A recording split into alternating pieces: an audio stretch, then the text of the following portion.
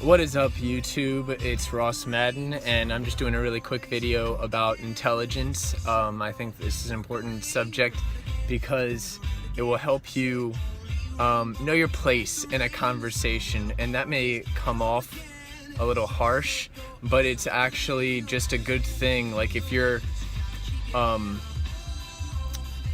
willing to admit, like, oh yeah, this person's smarter than me, then you should take advantage of that moment and, maybe ask more questions and try and take more of the student role rather than the teaching role. And that doesn't mean that the smarter person's just going to be like, oh, this is and this and this and this, but because you're always going to talk about things that you're both expert, like that the other person's an expert in, maybe. Like, I don't know much about what it's like to be in the Army, but somebody who is in the Army can tell me about that, and I might talk to them about like why I think the wars might not be valuable, or ask them like how they think, what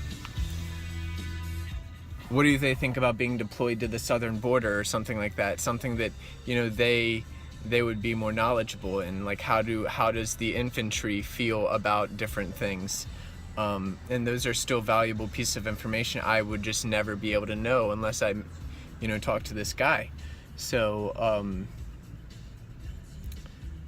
it doesn't necessarily mean one person is better or anything than another. It definitely means, well, it tends to make life easier. If you're higher IQ, you tend to be able to rationalize things easier. Life fits together a little easier, I would say. I notice that like my really high IQ friends just kind of get it, and they worry less because there's, I don't know, more stability inside of their mind maybe, but in their lives there's more stability. And high IQ people tend to live more stable lives. They'll live longer. They'll have higher income generally. They will tend to get married and have children rather than stay single. It correlates even with happiness, just general happiness. High IQ people are happier, which is surprising because people say ignorance is bliss. But rationality is critical if you want to make sense of this world, and living in an irrational world, or living in a rational world when you don't understand the rationality of it, sounds terrifying. And I don't think that people should, you should know your IQ. I think that it's an important thing to know for yourself. And some people are going to be afraid because they're like, oh, I'm bad at tests. Yeah, IQ is a test. How good are you at figuring out these little puzzles, or picking up on patterns, finding clues within a question, and answering it correctly? That's what IQ is. And that does not mean IQ and intelligence. What that means is IQ and intelligence are not the same thing. Like, my IQ is really, it's kind of off the chart. It's like 145. It's really high, but I am not that intelligent. I'm really good at math. I'm really good at pattern recognition. And so that side of my brain or whatever inflates my IQ. And yeah, I'm just good at math. I was a math major in college, and I've always been gifted at it. Yeah, even when I was a little kid, like I would learn the multiplication tables just faster than all of my classmates. I was, more into puzzles. I found them to be really fun, and I would like ask my mom to buy me puzzle books when I was a kid for like Christmas and stuff. So I just worked that side of my brain and became high IQ that way. But it doesn't help you in all parts of life. Like, I wouldn't say that having a high IQ really helps in matters of the heart. women tend to not have as high of an IQ. They're more centered around the mean, and so it's like an IQ 130 woman is one smart woman, and that's still a standard deviation below where I am. And so connecting is just a little more rare.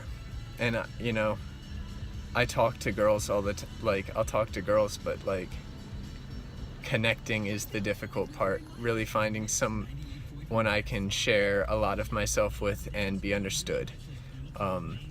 That's just like one place where high IQ people don't necessarily fit in. Like, who really wants to talk about math? Nobody finds the things that I think about that interesting, which is just a little bit shitty. That is going to do it. IQ, really important. Know your IQ. Take a couple online tests, 3 or 4. You'll end up getting higher and higher scores because I find those tests tend to overlap questions, and you'll find questions that'll be repeats. So you might get your most honest score might be your first one, but take a couple just so you can get an average and enjoy knowing what it is to be intelligent. Like, try and feel someone's intelligence in a conversation and maybe guess their score, like in your own head. You might not want to tell them, hey, I think your IQ is blah blah blah, but like I tend to be able to feel out when people's IQs are lower than mine. Like, if your IQ's like lower than 145, I can get a pretty good guess on it. Higher than me, especially if you're like more than 5 points higher than me, you could be 5 points higher than me or 50 points higher than me, and I really have a tough time telling. Vox Day says intelligence is like having a bigger gun, and like, if you just have a cannon of a brain, then you're going to be able to fire it in big places. That doesn't necessarily mean you're wise, though. And honestly, wisdom's probably the better thing to respect. Wisdom's more your ability to aim the gun and know what to aim it at, and know when to fire it. And I don't know, I guess your initiative is your willingness to fire. How trigger happy are you?